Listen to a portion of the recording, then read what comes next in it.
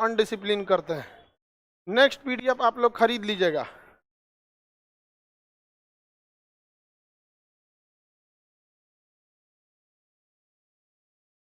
Next PDF आप नीचे जाओ ना। सर यहाँ कह रहा है, नहीं देख रहा है, बंद हो गया है, उसका मतलब क्या है? बिना दिमाग का चलाते हो लोग।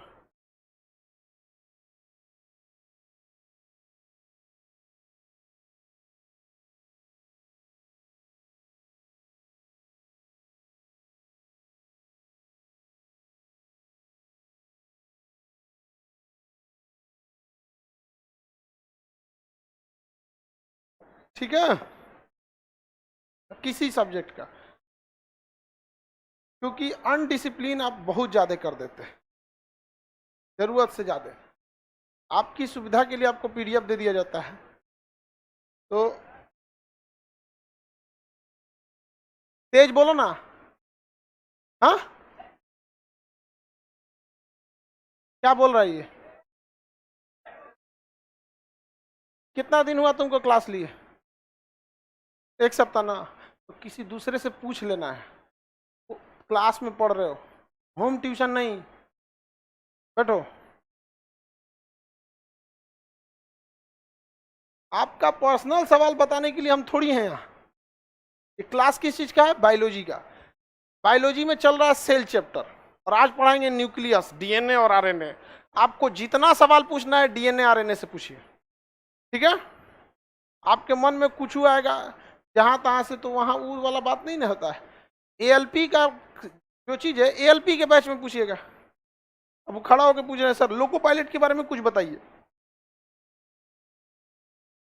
और ऐसे पूछा जैसे लग रहा है बहुत बड़का इसका हुआ। अब बताओ, हम बायोलॉजी के क्लास में अभी लोको पायलट के बारे में क्या चीज बताएंगे? लोको पायलट के बारे में लोको पायलट में बताएंगे, उसमें भी आता है साइंस, उसमें भी पूछता है पूरा ट्रेड वगैरह। तो इस चीज तो कम से कम ख्याल रखा करो लोग कि क्या चीज है, क्या नहीं, पूछ क्या रहे हैं, क्या नहीं। आगे बढ़े बाबू। देखिए, कल हम आपको क्रोमोसोम के बारे में बता दिए थे। कोशिका, अच्छा ये बताइए, हम लोग की कोशिका यूकैरियोटिक है कि प्रोकैरियोटिक? मतलब यूकैरियोटिक कोशिकाएं बहुत बड़ी होती हैं, ठीक है, उसमें हर एक सिस्टम होता है, उसको बनने में थोड़ा टाइम लगता है, क्योंकि हर एक पार्ट पुर्जा बनाना है यहाँ पर। और प्रोकैरियोटिक से थोड़ा कुछ होता ही नहीं है, माइटोकांड्रिया तो है ही नहीं उसमें, बस उसको चलने फिरने के लिए बाहर सीलिया और फ्लेजला होता है। बाहर क्या होता है? सीलिया और फ्लेजला। छोटा छोटा रहेगा तो सीलिया, थोड़ा सा लंबा रहेगा तो फ्लेजला, तो बाहर चलने के लिए हो गया यहाँ पे। अच्छा, इनके बाहर कोशिका भित्ति होती है, ध्यान से समझिएगा, कोशिका भित्ति होती है और कोशिका झिल्ली भी होती है। तो प्रोकैरियोटिक कोशिका जो होती है, यूकैरियोटिक में पादप कोशिका की तरह उसकी बाहरी दीवार होती है, क्योंकि भैया बचाना तो जरूरी है इन गधों को, इसके अंदर तो कुछ होता नहीं है। माइटोकांड्रिया होता है? नहीं। माइटोकांड्रिया होगी, लाइसोसोम नहीं होता है सब के अंदर, कोई ई सब कोई वैक्यूल कुछ नहीं, बस इसके अंदर एक राइबोसोम होता है, वो भी 70S वाला राइबोसोम होगा, वो भी कौन वाला? 70S वाला होगा। और क्या होगा? न्यूक्लियस होगा, और वो न्यूक्लियस के बाहर कवर नहीं रहेगा, एनवेलप नहीं रहेगा, ये न्यूक्लियस रहेगा, न्यूक्लियस यहाँ पे। और क्या रहेगा? जीव द्रव तो लिक्विड रहेगा, प्रोटोप्लाज्म, क्लोरोप्लास्ट, क्या रहेगा? क्लोरोप्लास्ट। भोजन बना लेगा, क्लोरोप्लास्ट। विकास कर लेगा, राइबोस, प्रोटीन विकास का काम करता है, अपने को कंट्रोल कर लेगा, न्यूक्लियस। ये छोटा का और कोई काम नहीं है। बड़ा बढ़ना है, खाना है, बढ़ेगा कैसे? राइबोसोम। भैया बिना प्रोटीन के आप बढ़ ही नहीं सकते, बिना प्रोटीन के आप नहीं बढ़ सकते। समझ में आ रहा है कि नहीं आ रहा है? हमारे शरीर में, शरीर निर्माण कौन करता है? प्रोटीन। ऊर्जा देता है कार्बोहाइड्रेट। तो आपको बढ़ना है अगर, तो आपको हर हाल में क्या चाहिए? प्रोटीन चाहिए। तो बताइए, प्रोटीन निर्माण कौन कर देता है? राइबोसोम। और क्लोरोप्लास्ट भोजन बना लेता है, चलने फिरने का काम सीलिया फ्लेजला कर लेता है, इनको कंट्रोल करता है न्यूक्लियस, और न्यूक्लियस के बाहर कवर नहीं होता, एनवेलप नहीं होता है। ध्यान से, इसके अंदर क्या भरा रहेगा? लिक्विड। जीव द्रव, क्या भरा है? जीव द्रव। जीव द्रव भरा है, जीव द्रव पे तो सब में ही रहेगा, क्योंकि जीव द्रव ही जीवन का भौतिक आधार है। ये बात किसने कहा था? हेक्सले। किसने कहा था? हेक्स। जब इस में माइटोकांड्रिया होता ही नहीं, तो सांस क्या माइटोकांड्रिया में हवा जाता होगा? ऑक्सीजन कहाँ जाता है? जीव द्रव।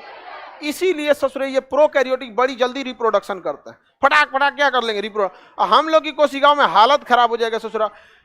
माइट्रोकांडिया, राइबोसोम, उसमें भी एटीएस वाला चाहिए हम लोग को, endoplasmic reticulum, vacuoles, centrosome, Golgi body, lysosome, nucleus, nucleus के बाहर कवर, दुनिया भर का हम लोग को चीज चाहिए।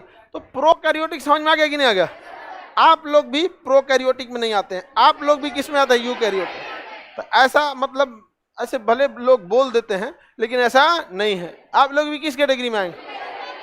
हाँ, किस में आएंगे लोग? याद रहेगा ना, यूकैरियोटिक और प्रोकैरियोटिक समझ में आ गया? हाँ, नहीं कुछ नहीं,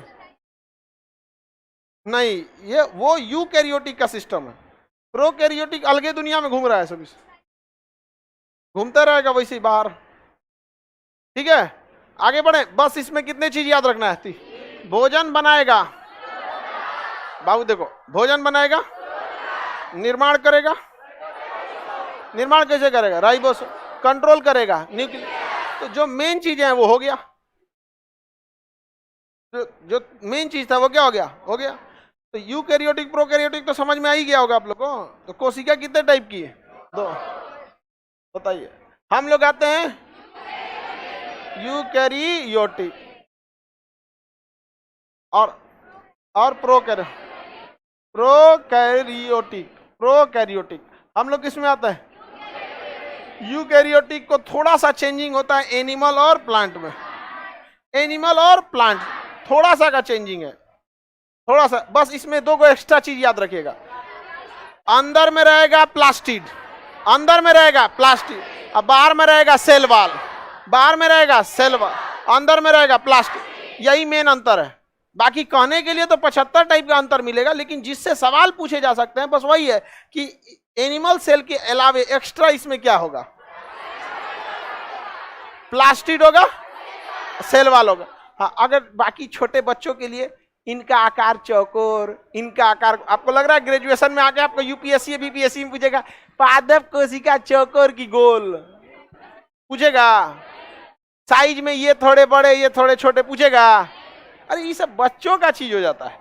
अब पढ़ाने के लिए आदमी तो कुछ और पढ़ा देगा, लेकिन मेन चीज ये याद रखना है, समझ? अब जैसे प्रोकैरियोटिक है यूकैरियोटिक, अरे प्रोकैरियोटिक यूकैरियोटिक में 50 ठो अंतर मिलेगा आपको, लेकिन वो अंतर आपको पूछने चाहिए ना। अब महात्मा गांधी के बारे में लिखना है तो आप क्या लिखेंगे? गोल चश्मा, 6 फीट की लाठी, हाँ, धोती सफेद, ये सब लिखिएगा। तो मेन चीज ना रहना चाहिए। आगे बढ़े। अच्छा एक बात बताइए, ये तो पूरी की पूरी यूकैरियोटिक है, हमारे अंदर भी यूकैरियोटिक, पेड़ पौधे में भी यूकैरियोटिक। यूकैरियोटिक में ज्यादा मेहनत इसको बनने में कि इसको मेहनत? भाई जो जो इसमें है वो इसमें है। सेल वाल और प्लास्टिड। और प्लास्टिड ससुरा को सेल के अंदर सेल कहा जाता है, क्योंकि प्लास्टिड अपने आप में कितने टाइप का? 3, क्लोरोप्लास्ट, ल्यूकोप्लास्ट, क्रोमोप्लास्ट। पढ़ाए थे ना? किसी को कोई दिक्कत है ना? अच्छा बताइए, एनिमल सेल के अंदर वह कौन सा ऐसा कोशिका का अंग है जो अपने लिए भी 70S रखता है? टोपी वाला बोलो, 70S कौन रखता है? अभी तुम क्या बोला था? राइबोसोम बोला था ना? पगला राइबोसोम बोला था। पता, हम पूछ ये रहे हैं कौन सा है जो 70S रखता है? माइट्रोकांड्रिया। एक और है कुछ रखता है, हाँ, प्लास्टिड। कौन रखता है? प्लास्टिड। क्योंकि इन्हें ज्यादा काम है, ये अपने समझा दिए थे, उनको ज्यादा काम है यहाँ पे, इसलिए रख लेता है सब। समझ में, अपनों रख ले रहा था। इसलिए देखिएगा ना, किचन में कोई पकौड़ी बनाएगा ना, कोई महिला अगर पकौड़ी छानती है, आपकी बहन छानती होगी पकौड़ी, तो देखिएगा जब सब खाएगा तो खइबे करेगी, छानने के टाइम भी 3-4 को निपटा चुकी रहेगी। तो जो छानने के टाइम खाई वो तनी सा खाएगी, और फिर जब साथ बैठ के खाएगी हुमच के खाएगी। तो जो किचन में खा गई वो 70S, और जो चटनी के साथ हुमच के 80S। तो ये वही कर सकता है जो मेहनत कर रहा है। नहीं समझा? हमारे घर में मम्मी कढ़ी बनाती है तो कढ़ी बनने से पहले पकौड़ी साफ हो जाता है, नहीं कढ़ी में पकौड़ा डाला जाता है, बनते रहे उसमें बाद, कई बार उनको दोबारा बनाना पड़ता है, उनसे नहीं बनता कुछ। हम लोग पहले साफ कर देते थे, नहीं समझे? तो आप लोग कहेगा कि यूकैरियोटिक कोशिकाओं में कौन सा अंग है जो प्रोकैरियोटिक का गुण रखता है? माइटोकॉन्ड्रिया और क्लोरोप्लास्टिड। प्लास्टिड कहेंगे तो क्लोरोफिल तो ऐसे आ जाएगा, क्लोरोप्लास्ट, क्रोमोप्लास्ट, लीकोप्लास्ट ऐसे ही आ जाएगा, नहीं आ जाएगा? किसी को दिक्कत? क्वेश्चन पूछा तो लड़का से को पढ़ने नहीं जा रहा था। यूकैरियोटिक के अंदर प्रोकैरियोटिक होती है माइटोकॉन्ड्रिया। क्यों होती है? 70s रखा, और वो 70s क्या दूसरे को काम देगा? नहीं, अपना पर्सनल यूज के लिए। किसके लिए? पर्सनल यूज के लिए। समझ में आ रहा है कि नहीं आ रहा है? कौन क्लास है तुम्हारा? फर्स्ट क्लास है। हाँ, तो न्यूक्लियस को सारा चीज पता रहता है।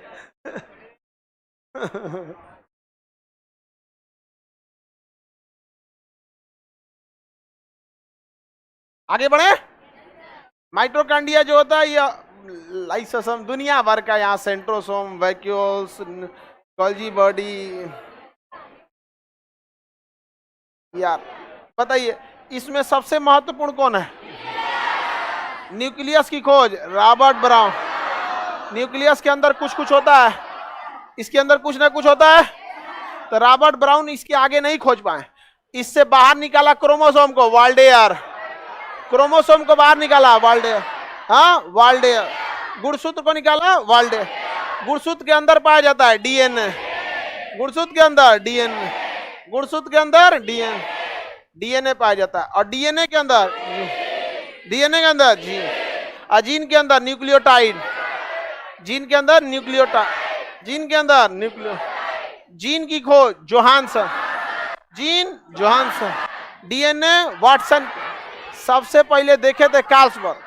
डिजाइन दिया Watson and Crick, Watson and Crick, Watson तथा क्रिक, वाटसन एंड क्रिक। अब इसका खोज वाल्डेयर। Nucleus Robert brown. कोशिका की खोज रॉबर्ट हुक।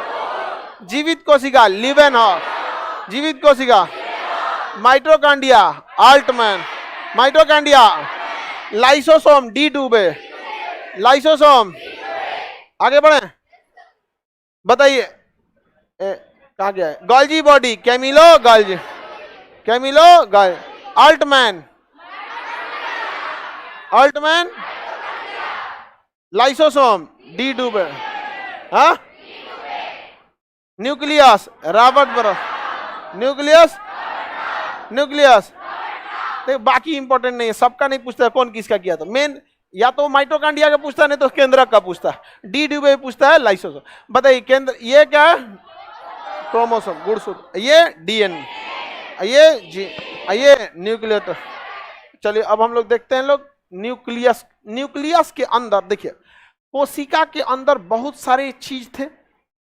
ये कोशिका के अंदर जितने पदार्थ हैं ये आपस में टकराकर फूट ना जाएं, इसलिए इनके अंदर एक कोशिका द्रव भरा हुआ था। अब ध्यान से सुन लो, हल्ला नहीं करो। ये कोशिका द्रव भरा हुआ था। कोशिका के अंदर भरा हुआ द्रव कोशिका द्रव, ये जीवन के लिए बहुत जरूरी था, वरना सब आपस में टकरा के फूट सकते थे, लड़ सकते थे, सूख सकते थे, इसलिए दिक्कत हो जाता। इसलिए इसके अंदर एक लिक्विड भर दिया। इस लिक्विड को बोला गया कोशिका द्रव। वो तो जीवन के लिए जरूरी है, इसलिए ना जीव द्रव्य बोल देते हैं। है तो कोशिका द्रव, जरूरी है जीवन के लिए, इसलिए उसे जीव द्रव्य। अब आप बताइए बाबू, न्यूक्लियस के अंदर भी कोई खाली नहीं बैठा है। न्यूक्लियस के अंदर भी क्रोमोजोम, और हमारे में 46 क्रोमोजोम है, यानी जोड़ा में 23। हाँ 23। जिसको जिसको 2 दिल चाहिए सीने में, उसको 23 के जगह क्या कहा, यानी 46 क्रोमोजोम के जगह क्या ले आना पड़ेगा सन, 2 दिल बनेगा। समझ में आ गया कि नहीं आ गया? अजीब अजीब। शरीर में जितने अंगों का निर्माण होता है यही 23 जोड़ा, अर्थात कितने क्रोमोजोम? 46। यही हमारे शरीर का क्या करते हैं? निर्माण करते। एक्स्ट्रा चीज चाहिए, हाँ तो एगो एक्स्ट्रा ले आना पड़ेगा। जिसको जो चीज चाहिए, किसी को पंख चाहिए उड़ने के लिए, दूसरा ले जाइए, यहाँ पे एक्स्ट्रा ले आना पड़ेगा। यहाँ पर आगे बढ़े। ये बता बाबू, क्या केंद्रक के अंदर खाली जगह है? इसमें जरूरी चीज भरे हैं सब, डीएनए वगैरह भरा। इसकी सुरक्षा तो और जरूरी है। तो क्या इसके अंदर लिक्विड भरे कि नहीं भरे? तो इसके अंदर भी केंद्रिका द्रव होता है। सुनिए ध्यान से, इसके अंदर क्या होता है? केंद्रिका द्रव। कौन सा होता है? केंद्रिका द्रव। बकलोलिया साइटोप्लाज्म बोलती है।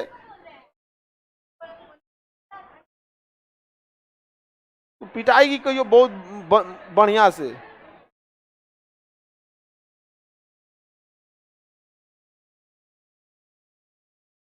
देखिए ध्यान से, वो ये बाहर वाला क्या कहलाता है? कोशिका द्रव। बाहर वाला कोशिका द्रव, कोशिका द्रव। अंदर वाला केंद्रिका द्रव। कोशिका द्रव, केंद्रिका द्रव, कोशिका द्रव, केंद्रिका। सिंपल है कि नहीं है? अरे ये कोशिका के अंदर मिला कोशिका द्रव, और केंद्रिका के अंदर केंद्रिका द्रव। केंद्रिका को अंग्रेजी में न्यूक्लियस कहते हैं। तो न्यूक्लियोप्लास्ट, न्यूक्लियोप्लाज्म, इसे क्या कहेंगे? न्यूक्लियोप्लाज्म। प्लाज्म मतलब लिक्विड, प्लास्ट नहीं, प्लाज्म। ये हो गया न्यूक्लियोप्लाज्म। और कोशिका में तो साइटोप्लाज्म, क्योंकि कोशिका का अध्ययन साइटोलॉजी। तो ये हो गया cytoplasm, nucleoplasm, cytoplasm, nucleoplasm, cytoplasm. कोशिका में है तो साइटोप्लाज्म, न्यूक्लियोप्लाज्म। बताइए, जरूरी जीवन के लिए, जीवन जीने के लिए, मानव जीवन या किसी भी जीव के लिए साइटोप्लाज्म ज्यादा जरूरी है कि न्यूक्लियोप्लाज्म? दोनों। अरे ये ससुरा सूख गया तो दिमागे काम करना बंद कर। इसलिए इन दोनों को मिला के हम जीव द्रव कहते हैं। क्या कहते हैं? जीव द्रव। प्रोटोप्लाज्म, क्या कहेंगे? Protoplasm, protoplasm, protoplasm. प्रोटोप्लाज्म जो होता है इसी को कहेंगे जीव द्रव। तो जीव द्रव में तो दोनों आ जाएगा। प्रोटोप्लाज्म में क्या हो जाता है? Nucleoplasm, nucleoplasm, plus cytoplasm, cytoplasm. Hindi में कहेंगे केंद्रिका द्रव, केंद्रिका द्रव प्लस कोशिका द्रव, कोशिका द्रव, केंद्रिका द्रव प्लस कोशिका। नहीं याद हो गया?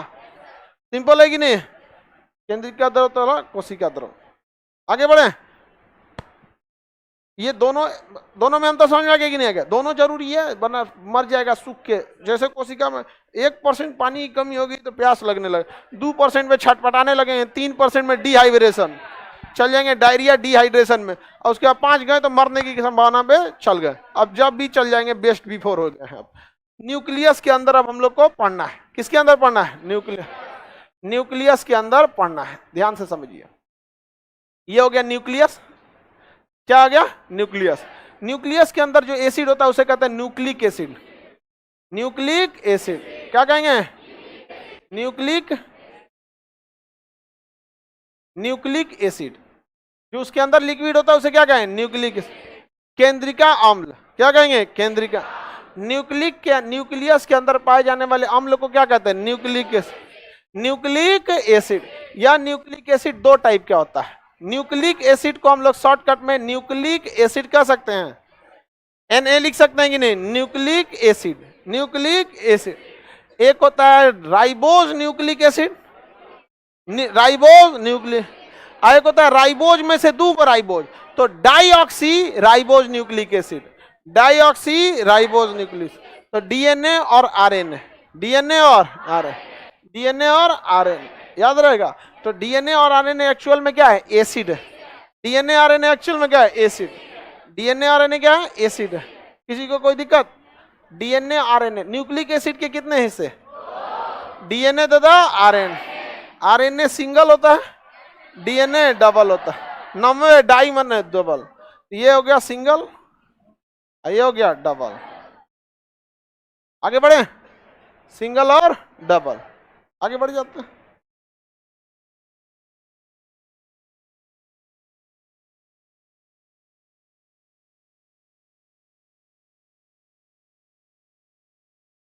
हो गया ना? अब डीएनए के बारे में पढ़ा जाए। डीएनए की संरचना बहुत जटिल होती है, बहुत कॉम्प्लेक्स स्ट्रक्चर किसका होता है? डीएनए का। डीएनए को पहली बार देखा था कार्ल्सबर्ग ने। कौन सा? कार्ल्सबर्ग। किसने देखा? कार्ल्सबर्ग।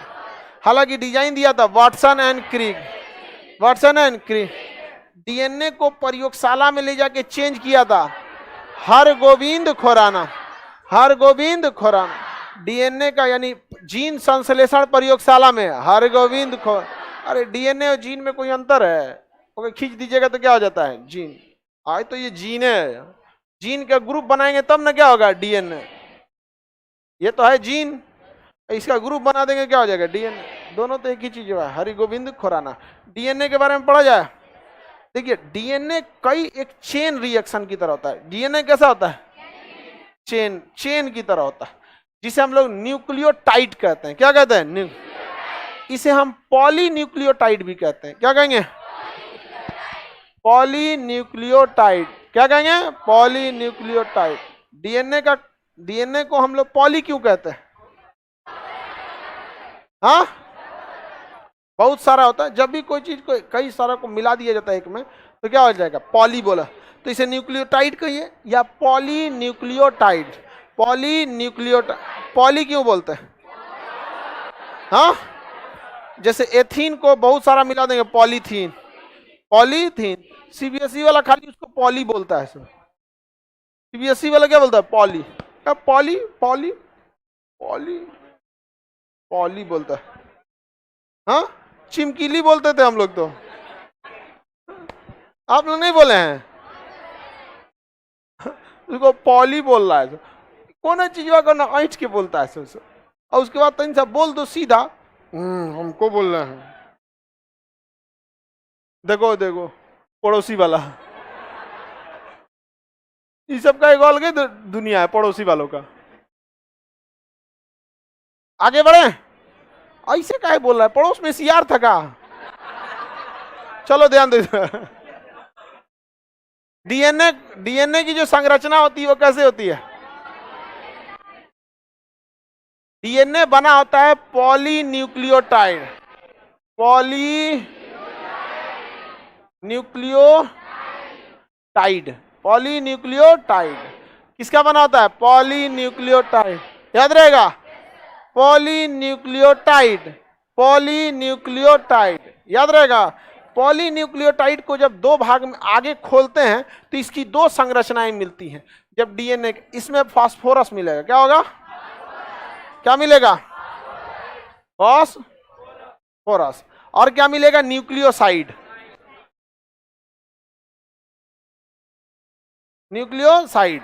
दो चीज मिलेगा, एक फास्फोरस है, न्यूक्लियोसाइड। क्या मिलेगा? फास्फोरस और न्यूक्लियोसाइड। ये हो गया न्यूक्लियोसाइड और एक बन गया फास्फोरस। तो बताइए डीएनए में क्या पाया जाएगा? फास्फोरस। डीएनए में फास्फोरस। एक और गोलाइनवा से पूछ देगा, भले ही नहीं पूछेगा न्यूक्लियोटाइड क्या हो गया, लेकिन एक को पूछ देगा उधर क्या चीज? फास्फोरस। न्यूक्लियोसाइड को हम दो भाग में बांट सकते हैं। कितने भाग में? एक को कहते हैं सुगर, एक को क्या कहेंगे? शुगर कहते हैं। क्या पाया जाएगा? शुगर मतलब मिठास। तो बताइए दो चीज होता है हमारे पास, दो तरह का एसिड, आरएनए, डीएनए। इसमें दो हिस्सा है, एक एसिड है, एक शुगर है। ये है डाईऑक्सीराइबोज। तो राइबोज एक शुगर है, ग्लूकोज, राइबोज सुने हैं? Lactose, fructose, glucose, ribose, deoxyribose. तो ये सब क्या है? शुगर। तो ये जो अगवा, जो न्यूक्लिक एसिड के अगवा लगा चीनी है। अरे चीनी माने शुगर। हम लोग जो चीनिया खाते हैं तो सुक्रोज होता है। हाँ बोलो भाऊ।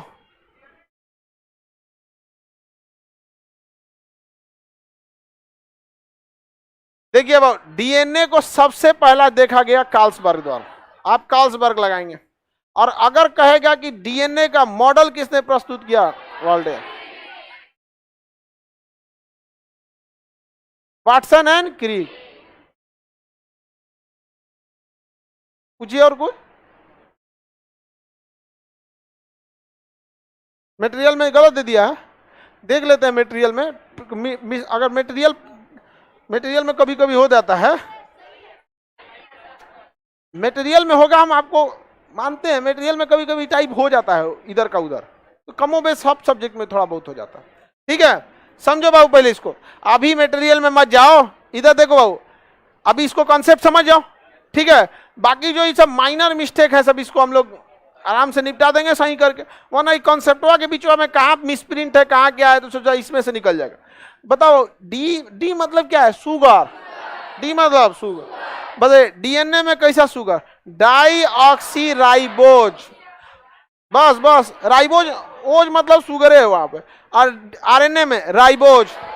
तो इसमें दो टाइप का शुगर होगा, या तो राइबोज शुगर होगा या तो डाईऑक्सीराइबोज शुगर होगा। यानी डीएनए होगा तो डाईऑक्सीराइबोज और आरएनए होगा तो राइबोज। हाँ राइबोज, क्योंकि न्यूक्लियस के अंदर दोनों पाया जाता है, डीएनए और आरएनए दोनों पाया जाता है। तो राइबोज मतलब क्या है? शुगर। याद रखने की जरूरत है। अगर आपसे कोई पूछे कि आरएनए में कौन सा शुगर, अरे यार वो तो खुदे बता रहा है आर मतलब राइबोज शुगर। अब बता के कोई पूछे तो ये कोई बात है? हाँ, अब कोई पूछे कि प्रधानमंत्री मोदी किस पद पर है, तो अगवे लिख ले है प्रधानमंत्री, नहीं समझे? अगवे ने लिखा है। तो भाई डीएनए में अगर कोई पूछे कौन सा शुगर, तो अगवे लिखा है हाँ डाइऑक्सी राइबो। आरएनए में कौन शुगर? हाँ, अगर पूछता है चीनी में कौन शुगर, दूध में कौन सा शुगर, ये सब में पूछता है तो समझ में आता है। फल में कौन सा शुगर, फ्रुक्टोज होगा, चीनी में सुक्रोज होता है, अलग अलग होते हैं सब में। शहद में कौन सा?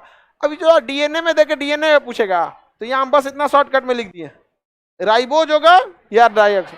अगर आरएनए की बात करेंगे तो, और डीएनए की बात करें, अब इसमें एक बेस होता है। क्या होता है? बेस, जिसे हम कहते हैं नाइट्रोजन बेस। नाइट्रोजन बेस यही मेन होता है। डीएनए का सबसे मुख्य भाग नाइट्रोजन बेस। डीएनए का सबसे मुख्य भाग नाइट्रोजन बेस। क्वेश्चन है डीएनए में कौन सा तत्व, तो नाइट्रोजन मत मार दीजिएगा, पक्का गड़बड़ा जाएगा। फास्फोरस। क्या मारेंगे? कहेगा डीएनए का मुख्य भाग, तो नाइट्रोजन बेस। पूरा डीएनए का सबसे मेन भाग नाइट्रोजन बेस। समझ में आ रहा है कि नहीं आ रहा है? पहले डीएनए सबसे पहले क्या रहेगा? न्यूक्लियोटाइड। न्यूक्लियोटाइड सबसे पहले न्यूक्लियोटाइड के बाद न्यूक्लियोसाइड और फास्फोरस। न्यूक्लियोसाइड और पॉली उली मत बोलिए, कंफ्यूजन हो जाएगा। पॉली न्यूक्लियोटाइड इतना बड़का बोलिएगा आप लोग, बस क्या बोलना है? आगे बढ़े। ये कौन कर रहा है? I have no money, please please please help me sir. अब इससे सस्ता क्या हो सकता है? हम आपको पढ़ने के लिए मदद कर सकते हैं। समझ में आ गया कि नहीं आ गया? एक तो महिला कह रही थी कि हमारी बेटी के लिए को बहुत अच्छा लड़का देखे, सरकारी नौकरी में है, 7 लाख दहेज मांग रहा है। आप कुछ दहेज में बताइए, क्राइम कराओगे हमसे? दहेज तो एक फालतू चीज है। और आप अपनी बेटी को देखिए ना, दामाद को मत देखिए। दामाद क्या करता है? बेटी किस लायक है? सबको सरकारी नासा का वैज्ञानिक चाहिए। बात समझ रहे हैं? आपकी बेटी उस लायक रहती तो दहेज नहीं देना पड़ता। एक अगर आप आईएएस हैं, दूसरे आईएएस से करेंगे, काहे लिए लेगा? क्या जरूरत है? अब अपने से मतलब एक हो गया, तब वो उस कंडीशन में कोई जबरदस्ती नहीं कि ना हमारा इतना चाहिए ही चाहिए। ज्यादा मांगिएगा वो आईएएस रहेगी तो कहिए चलिए तब आप ही को ले चलते हैं, दहेज में छोड़ देंगे आपको, हाँ जमानत दे देंगे दहेज में। तो आप ये भी तो देखना चाहिए ना। यहाँ पे सबको नासा का वैज्ञानिक चाहिए, भले अपने मेकअप के सिवा कुछ ना आए। लड़की सब मेकअप को भी कोर्स में गिनती है सब। जैसे हम लोग मैट्रिक इंटर ग्रेजुएशन जोड़ते हैं ना, लड़की ब्यूटिशियन भी जोड़ती है सर। मैट्रिक इंटर ग्रेजुएशन नकल से फिर ब्यूटिशियन उसको कोर्स जोड़ती है सर। तो उस तरह से हम लोग को भी दाढ़ी बनाना एक कोर्स, नाखून काटना एक दो कोर्स, नहीं समझाएगा? हाँ दाढ़ी बनी ले जाकर। चलो ध्यान से इधर। इंसान की जरूरतें पूरी हो सकती हैं, शौक तो कभी पूरा नहीं होगा। ये हमारे गुरुजी हमको मैट्रिक में बताए थे, तो हमको बात बहुत अच्छा लगा। तो हम उनके पास गए, तो एक गैस नहीं होता पेट्रोमैक्स, ठंडी के दिन में जला के पढ़ाया जाता है, लाइट नीचवा गैस में से लाइट, क्या बोलते हैं उसको? हाँ वो लैंप वाला गैस से चलता। तो हम लोग को उसी से पढ़ाते थे। तो हमको बताएं, तू ध्यान से सुनी हो। हम कह जी गुरु जी पूरा समझ में आ गया, शौक कभी पूरा नहीं हो सकता, जरूरत पूरी हो जाएगी। तो हमको बुलाए, वो कहे बाबू जीवन में कोनो शौक मत पालना, क्योंकि उससे थोड़ा पूरा ही नहीं होता। एकदम हम ठान लिए कि कोनो शौक ना पालना, कोई शौक है नहीं, और उससे जब पूरे नहीं हो सकता तो उसको शौक पाल के करेगा कौन चीज? कोई शौक नहीं। किसी को देखते हैं कि गाड़ी का शौक, कपड़ा का शौक, मोबाइल का, तो एक कोनो शौक है नहीं। समझ में आ गया कि नहीं? आप लोग भी हो जाएंगे। एक चीज है, जब आप भी आएंगे ना 40-42 के एज में, 43 में, शौक मरिए जाता है यहाँ पर, नहीं समझे? हाँ हमारे एज में जब आएंगे लोग ना, सारा शौक मर जाएगा। आगे बढ़े। और बुढ़ापा में जाएंगे तो जरूरतों कम पड़ जाएगा, दूगो रोटी या दाल, दूसरा कुछ पचबे नहीं करेगा। अरे अभी ना पच जा रहा है, 2-3 साल बाद कुछ ना पचेगा। हाँ, चुपचाप खाता रहना। इसलिए इस चीज को हमेशा याद रखिएगा, अगर आप खुश रखना चाहते हैं तो शौक कम से कम पालिए, जरूरत जितना रखना है उतना, जरूरत के लिए कोई दिक्कत नहीं आता। नाइट्रो बताइए, डीएनए का सबसे मुख्य हिस्सा, हाँ, नाइट्रोजन बेस। आगे बढ़े, नाइट्रोजन बेस। नाइट्रोजन बेस 2 भाग में बढ़ता है, प्यूरिन और पाइरेडमीन। प्यूरिन और पाइरेडमीन। प्यूरिन और पाइरेडमीन, प्यूरिन तथा पाइरे। पूरा डीएनए देखिएगा ना, यही सबसे मुख्य भाग है, यही नाइट्रोजन। बाकी सब तो ऊपर ऊपर की चीजें हैं। एक तो नाइट्रोजन लगा, इधर फास्फोरस लगा दीजिए, और उधर न्यूक्लियोसाइड लगा दीजिए, और उधर शुगर फेंक दीजिए वहां पे। ये कभी पूछेगा डीएनए में कौन सा शुगर?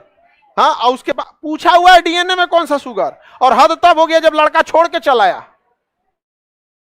डीएनए में नाम, सामने नाम रखल था, डीएनए में कौन शुगर लड़का छोड़ के आया। समझ में आ गया? और ऐसा भी लड़का कहता है सब कि नौकरी नहीं हो रहा है। समझ में आ गया? यही वही हाल हो गया। एगो शराबी था, 2 पैक लगा के कह रहा है दारू बंद होना चाहिए। पी के जब उसको चढ़ गया ना, तब कह रहा है दारू बंद होना चाहिए। चोट्टा कहीं का, पहले तुम्ही को बंद करने लायक है। प्यूरिन तथा पाइरेडमीन, प्यूरिन और पाइरेडमीन, प्यूरिन तथा पाइरेड, याद रहेगा। नाइट्रोजन बेस कितने टाइप का? 2, प्यूरिन और पाइरेडमीन। समझ में आ गया कि नहीं आ गया? तो बताइए न्यूक्लियोटाइड कितने टाइप में? 2। न्यूक्लियोटाइड कितना है? 2। न्यूक्लियोसाइड, फास्फोरस, फास्फोरस यहीं खत्म हो जाएंगे। न्यूक्लियोसाइड 2 भाग, शुगर, नाइट्रोजन बेस। डीएनए का मुख्य हिस्सा नाइट्रोजन बेस। नाइट्रोजन बेस कितने टाइप में? 2, प्यूरिन, पाइरेडमीन, प्यूरिन और पाइरेडमीन, प्यूरिन तथा पाइर। हालांकि डीएनए में देखिएगा ना, तो मेन होता है एटीजीसी। क्या होता है? एटीजीसी। क्या होता है? ATGC. Adenine, thymine, guanine, cytosine. Adenine, thymine, guanine, cytosine. Adenine, thymine, guanine, cytosine. Main क्या होता है? एटीजीसी। ATGC, ATGC. इधर वाला होता है प्यूरिन, और ये दोनों होता है पाइरेडमीन। क्या होता है? पाइरेडमीन। बताइए, एडेनिन और ग्वानिन, ए से होता है एडेनिन, जी से होता है ग्वानिन। एडेनिन और ग्वानिन को क्या कहते हैं? प्यूरिन। एडेनिन और ग्वानिन को प्यूरिन। और थाइमिन और साइटोसिन को पाइरेडमीन। थाइमिन और साइटोसिन को क्या कहेंगे? पाइरेडमीन। क्या कहेंगे? पाइरे। तो बताइए, प्यूरिन में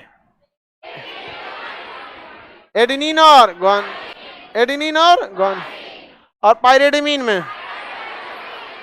हाँ, यानी इसमें आ गया एजी सीटी। एजी, इसी को सीटी कुछ भी कहिए, अरे टीसी सीटी एक क्या बतिया। आगे बढ़े तो बताइए, प्यूरिन में क्या होगा? Adenine, guanine. हालांकि डीएनए में देखेंगे तो क्या होता है? एटीजीसी।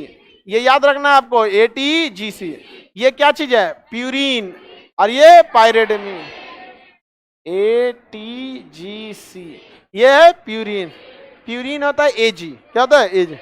अबे गधा, शॉर्टकट में होता है एजी मतलब अबे गधा, ओजी मतलब हाँ हो गधा।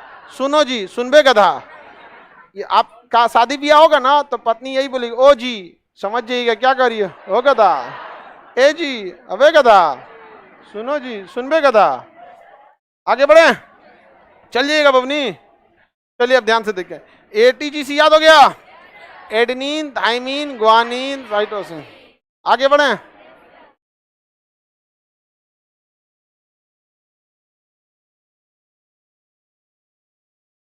किसी को कोई दिक्कत नहीं? बताइए, एडेनिन में, सॉरी प्यूरिन में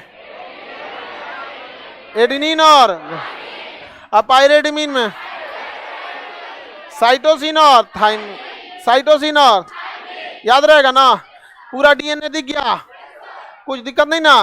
बताइए, डीएनए के न्यूक्लियोटाइड में, न्यूक्लियोटाइड कितने भाग में बटेगा? 2। न्यूक्लियोसाइड, फास्फोरस, फास्फोरस यहीं पे खत्म। न्यूक्लियोसाइड कितने भाग में? 2। नाइट्रोजन बेस और शुगर, शुगर यहीं पे खत्म। मुख्य भाग नाइट्रोजन बेस। नाइट्रोजन बेस में कितने भाग? 2। प्यूरिन और प्यूरिन तथा देखिए प्यूरिन में कम अक्षर है तो पहले, पायरेडमीन में ज्यादा अक्षर है तो बाद में। अब ये नहीं याद रखना है AGC, ये सब नहीं, आपको याद क्या रखना है? ATGC। एडेनिन और थाइमिन में डबल बॉन्ड होता है और साइटोसिन और ग्वानिन में ट्रिपल बॉन्ड होता है। तो एडेनिन थाइमिन ATGC। एडेनिन और थाइमिन में डबल बॉन्ड, एडेनिन थाइमिन में डबल, ग्वानिन साइटोसिन में ट्रिपल, एडेनिन थाइमिन में ग्वानिन साइटोसिन में। बताइए ये दोनों मिलके क्या बनाते हैं? प्यूरिन। क्या बनाते हैं? प्यूरिन। और इधर वाले ये दोनों पायरेडमीन। क्या बनाएंगे? पायरेडमीन। किसी को कोई दिक्कत नहीं ना? चल जाओगी बमनी, आगे बढ़े, किसी को कोई दिक्कत नहीं ना? तो ये यहां से बस याद रखना है प्यूरिन और पायरेडमीन। अब इसमें याद करिएगा तो कंफ्यूज हो जाएंगे, एडेनिन की ग्वानिन। समझ आ गया कि नहीं आ गया? सीधे कहां याद रखना है? ATG। इधर वाला इसको, इधर वाला इसको, याद रहेगा ना? ATG से ये दोनों इसको प्यूरिन और ये दोनों इसको, याद हो गया? ATGC। एडेनिन और थाइमिन में डबल बॉन्ड और ग्वानिन और साइटोसिन। जमुआ में लड़को यही भूला जाता है कि डबल किस में, ट्रिपल किस में। तो पहले बनेगा डबल तबे बनेगा ना ट्रिपल। पहले आप 2 में पढ़े होंगे तब आप 3 में पढ़े होंगे। पहले किस में पढ़े होंगे? 2 में। फिर किस में पढ़े होंगे? आगे बढ़े, पहले किस में पढ़े होंगे, उसके बाद नहीं समझ में आया? आगे बढ़े।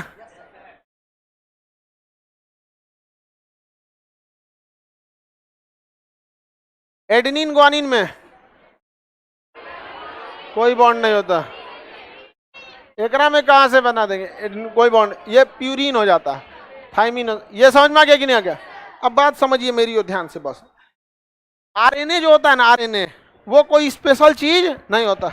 ये जो आप थाइमिन देख रहे हैं ना, यहाँ पे जो थाइमिन, इस थाइमिन को हटा के इसके जगह अगर यूरेसिल जोड़ दीजिएगा ना, थाइमिन को हटा के क्या जोड़ना है? यूरेसिल।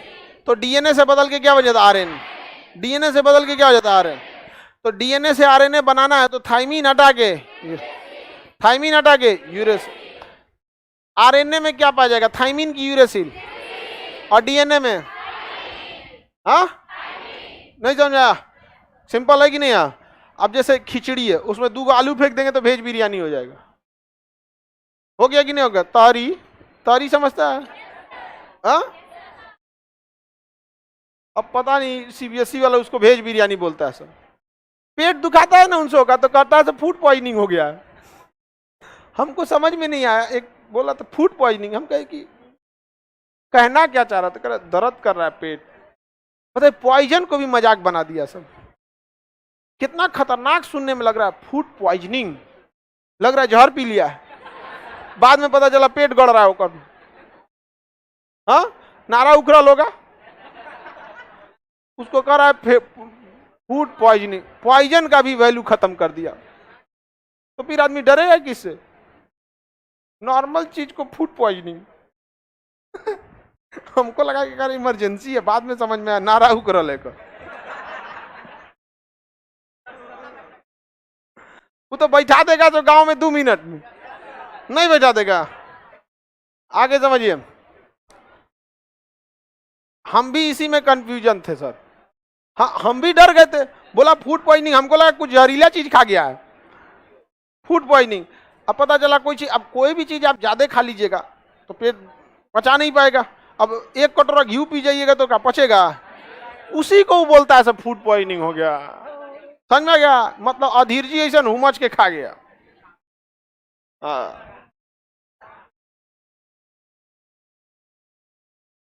आगे बढ़े, बताइए अगर थाइमिन के जगह यूरेसिल लगा देंगे तो क्या हो जाएगा? क्या बन गया? एडेनिन और थाइमिन में डबल, ग्वानिन और साइटोसिन। ये दोनों किसका हिस्सा है? प्यूरिन। किसका है? प्यूरिन। और ये दोनों किसका है? पायरेडेमिन। पायरेडेमीन। अच्छा, इसको हटा के हमें क्या लगाना पड़ेगा? क्या लगाना पड़ेगा? समझ में आ गया कि नहीं आ गया? नहीं बन गया? देखिए डीएनए से आरएनए कितना इजी बनेगा। ये जो थाइमीन है ना, एकरा हटा के क्या करना है? हाँ बन गया आरएनए। अभी भी ये को चेंज करना पड़ेगा। शुगर में ना डाई ऑक्सी राइबो शुगर हटा के राइबो शुगर लगाना पड़ेगा।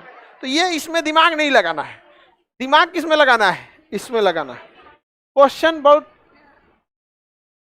क्वेश्चन भी कैसे पूछेगा कि डीएनए के नाइट्रोजन बेस में, डीएनए के नाइट्रोजन क्या पाया जाता है? तो पाया तो 4 को जाता है, लेकिन ऑप्शन बी सही होता है, थाइमीन। क्या पाया जाएगा? थाइमीन। क्योंकि उसको भी पता है, क्वेश्चन को भी, कि चेंज होगा तो थाइमीन। क्योंकि डीएनए के नाइट्रोजन बेस में, भैया आरएनए में भी तो एडेनिन पाया जाता है, ग्वानिन पाया जाता है, साइटोसिन पाया जाता है। तो हम ये कैसे कह सकते हैं कि डीएनए के नाइट्रोजन बेस में एडेनिन पाया जाता है? तो कोई कहेगा आरएनए में पाया जाता है। ऐसा बोलिए ताकि पिन पॉइंट समझ में आए। तो डीएनए के नाइट्रोजन बेस में थाइमीन। अगर थाइमीन बोल दिया इट मींस कि वो डीएनए ही है। समझ में आ गया कि नहीं आ गया? और अगर यूरेसिल बोला है तो इसका मतलब डीएनए से आरएनए बनाना आसान। डीएनए से आरएनए बनाना आसान नहीं? आसान है। प्यूरिन में क्या पाया जाएगा? एजी। हाँ एजी। एजी क्या चीज? एजी। प्यूरिन में एजी। लड़की लोग को समझ में आ रहा है? गलती से भी एजी मत बोलिएगा, हमरे बैच का पढ़ल निकलेगा। समझ में आ गया कि नहीं आ गया? तो फिर दिक्कत कर देगा, वो चमगादड़ बोल देगा। नहीं समझ में आया? कोयला नहीं बेचारा। अच्छा काला लड़का है, काला लड़का कुछ डिस्काउंट भी देने लायक है। सब तो काले होता है।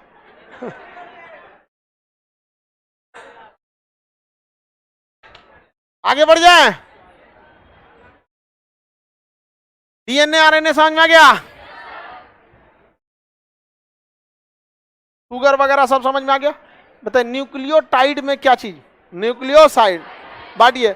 न्यूक्लियोटाइड बटेगा न्यूक्लियोसाइड फास्फोरस खत्म। न्यूक्लियोसाइड बटेगा 2, नाइट्रोजन बेस शुगर, शुगर खत्म। मेन बचा नाइट्रोजन बेस। नाइट्रोजन बेस में 2, प्यूरिन पायरेडमीन। प्यूरिन में एजी टीसी, एजी टीसी, एजी एजी। समझ आ रहा है कि नहीं आ रहा? एजी और टीसी, एजी टी। हालांकि याद रखने के लिए एटीजीसी। क्या याद रखें? ATGC, ATGC. समझ आ गया? ये वाला प्यूरिन और ये वाला थाइमीन हटा के क्या लगाएंगे? क्या बन गया? आरएन। हमारी अनुवांशिक जानकारियां जो रहती हैं वो डीएनए के पास किसके पास होती है? डीएनए। किसके पास? यानी हम लोग की सारी जानकारियां किसके पास होती? डीएनए के पास। लेकिन हम आपसे एक सवाल पूछते हैं, हाई ना खचरा है प्रोकैरियोटिक वाला, ये तो बैल है पूरा प्रोकैरियोटिक, प्रोकैरियोटिक। और हम लोग किस में आते हैं? ये प्रोकैरियोटिक है। तो न्यूक्लियस तो इसके पास भी है, न्यूक्लियस है कि नहीं है? और न्यूक्लियस में ही पाया जाता है आरएनए और डीएनए, आरएनए और डीएनए। जिस तरह राइबोसोम पाया जाता है 70S और 80S। बताइए इसमें 70 था कि 80? अपने से सोच के बताइए, डीएनए होगा कि आरएनए? हाँ आरएनए, क्योंकि डीएनए के लिए डबल स्टैंडर्ड बनाना पड़ेगा, आरएनए के लिए एक गो सिंगल स्टैंडर्ड। तो जितने भी प्रोकैरियोटिक होते हैं उनका जेनेटिकल इंफॉर्मेशन किसके पास? आरएनए। और हम लोग के पास डीएनए। हम लोग में इसलिए देखते होंगे, कहते होंगे तो डीएनए उनने से रिलेटेड आदमी की बात करता होता आरएनए नहीं बोलता होगा। लेकिन देखते हैं बैक्टीरिया वायरस कहेगा ना, कहेगा कि हेपेटाइटिस क्या है तो आरएनए वायरस। क्या है? आरएनए। समझ में आ रहा है कि नहीं आ रहा है? तो जितना बीमारी फैलाने वाले सब क्या रखते हैं? आरएनए। और जेनेटिक इंफॉर्मेशन मतलब हमारी अगली पीढ़ी में आंख कितना बनेगा और कहाँ बनेगा। नहीं तो पता चला अगली पीढ़ी में आँखिया हिजा बना दिया, ऐसे देखेगा कौन है यहाँ पे, कहीं केहूनी के बल बैठ गया तो आँखिया फूट जाएगा यहाँ पर। तो जेनेटिक इंफॉर्मेशन, कभी कभी ये इंफॉर्मेशन मिसमैच कर जाता है, तो देखते होंगे शक्लें अजीब बन जाता है। तो ऐसे बच्चे ज्यादा देर सर्वाइव नहीं कर पाते, सर्वाइव ही नहीं कर पाते। डार्विन का थ्योरी जब पढ़िएगा तो उसने बताया था, समझ में आ गया कि नहीं, कि पृथ्वी पर बहुत टाइप के मानव रहते थे। किसी का पूंछ था, किसी का पंख थे, अजब अजब टाइप का आदमी रहना था। लेकिन लास्ट में वही जिंदा बचेगा जो अपने आप को इस पृथ्वी के अनुसार फिट कर सके।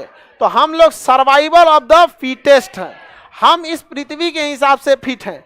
समस्या यह है कि पृथ्वी चेंज हो रही है ग्लोबल वार्मिंग की वजह से। तो सबसे सिद्धांत है कि इस पृथ्वी के हिसाब से सेट है तभी बच पाएंगे। अब जब दो चीजें सेट हैं तो दोनों को सिंक्रोनाइज रहना पड़ेगा, एको को गड़बड़ाएगा तो खत्म हो जाएगा। समझ में आ गया कि नहीं आ गया?